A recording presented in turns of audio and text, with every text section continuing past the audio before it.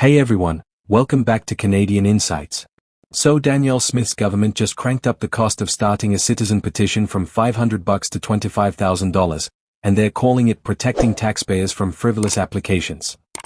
Which is a wild way to say we really don't want you peasants bothering us with your democracy. Strap in, because we're about to unpack how Alberta just made direct democracy a luxury item and why a country singer is now Alberta's most determined activist. Okay, let's set the scene. You know how Danielle Smith loves to talk about citizen empowerment, grassroots movements, and giving everyday Albertans a voice? Well, apparently that voice now costs 50 times more than it did last week. A cabinet order dropped late Wednesday afternoon, because nothing says transparent governance like policy bombs on a weeknight, and boom, the fee to apply for a citizen-initiated referendum jumped from $500 to $25,000. That's not a typo. That's a 5,000% increase. To put that in perspective, that's like your coffee going from $4 to $200, except instead of caffeine, you're trying to buy democracy. Now, the government's defense here is pretty predictable. Heather Jenkins, press secretary to Justice Minister Mickey Amery, says the cost will be refundable if the applicant meets the required threshold of signatures and completes reporting requirements. So it's basically a deposit, right? You get it back if you do all the work. Except here's the thing. Not everyone has 25 grand lying around to front-load a political campaign. Sure, if you're a well-funded organization or a wealthy individual, no problem. But if you're a regular Albertan trying to organize around an issue you care about? Good luck scraping together that kind of cash before you even know if your petition will gain traction. It's a barrier, plain and simple, and barriers tend to filter out the little guys while letting the big players cruise through. Jenkins went on to say that citizen initiative petitions are costly, which is why a higher application fee was chosen to discourage frivolous applications and protect Alberta taxpayers. Okay, let's unpack that logic. Frivolous applications. What counts as frivolous? Who decides? Because one person's frivolous petition is another person's passionate grassroots movement. And protecting taxpayers? From what, exactly? From having to process paperwork? From the horror of democracy in action? It's a convenient excuse, but it smells a lot like gatekeeping dressed up in fiscal responsibility language. Here's where it gets spicy. This move comes despite, and I want you to really hear this, despite previous efforts by Smith's United Conservative government to make it easier for citizens to apply for policy initiatives or constitutional referendums. Earlier this year, they significantly lowered the thresholds for signatures required. They passed a new law to clear legal hurdles for separation referendums. Smith has repeatedly championed direct democracy. She loves it. Or at least, she loved it when the petitions aligned with her agenda. Now that citizens are organizing around issues the government might not love, suddenly democracy needs a cover charge. Enter Corb Lund, country singer, Alberta icon, and apparently the province's most persistent thorn in the government's side. Lund's been trying to get a citizen-initiated petition off the ground to stop coal mining in the headwaters of Alberta's rivers. It's an environmental issue with massive public support, and Lund's been navigating a bureaucratic obstacle course that keeps changing the rules mid-run.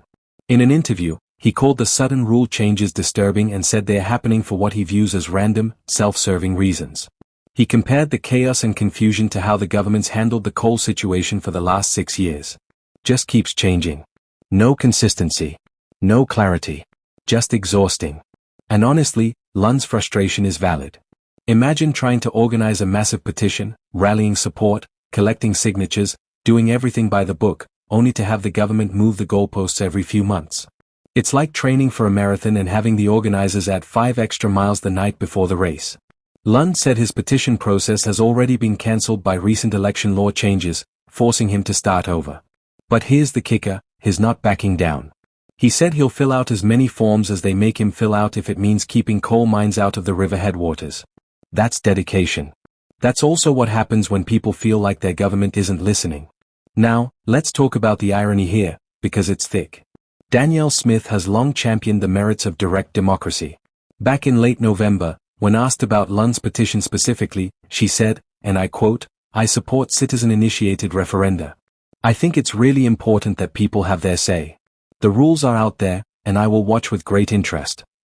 Well, Danielle, the rules have changed, and they've changed in a way that makes it way harder for people to have their say unless they've got a small fortune to throw at it first.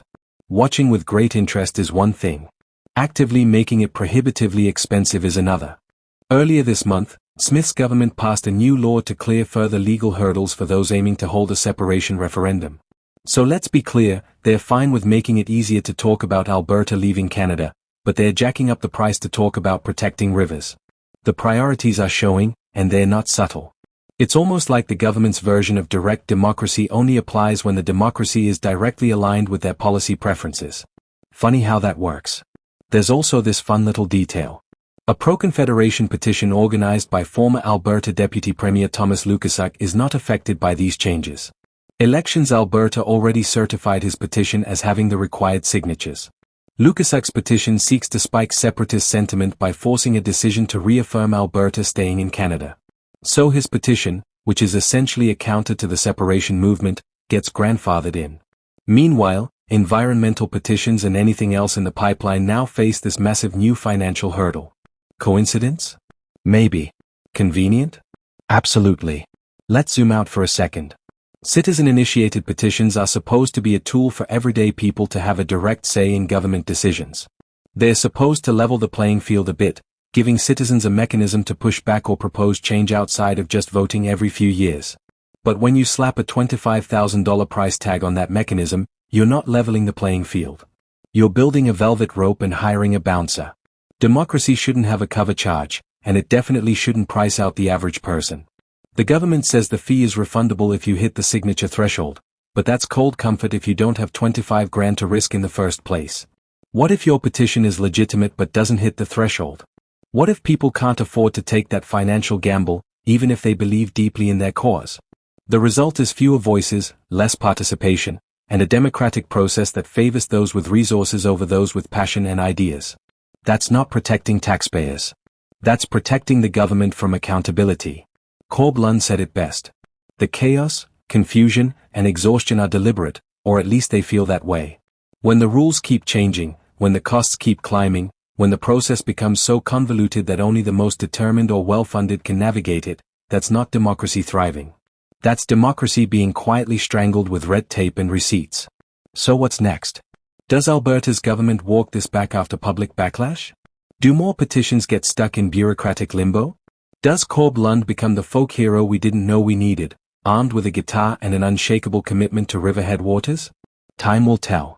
But one thing's clear, if you wanted to make direct democracy less direct and more exclusive, congratulations Alberta, mission accomplished. Alright, Canada, that's the story. A 5,000% fee hike, a frustrated country singer, and a government that loves democracy right up until citizens use it in ways they don't like. What do you think? Is this fee justified or is it a blatant attempt to suppress grassroots movements? Drop your take in the comments. And if you're not already subscribed to Canadian Insights, hit that button because we've got more videos coming your way today and you don't want to miss what's next. Catch you soon.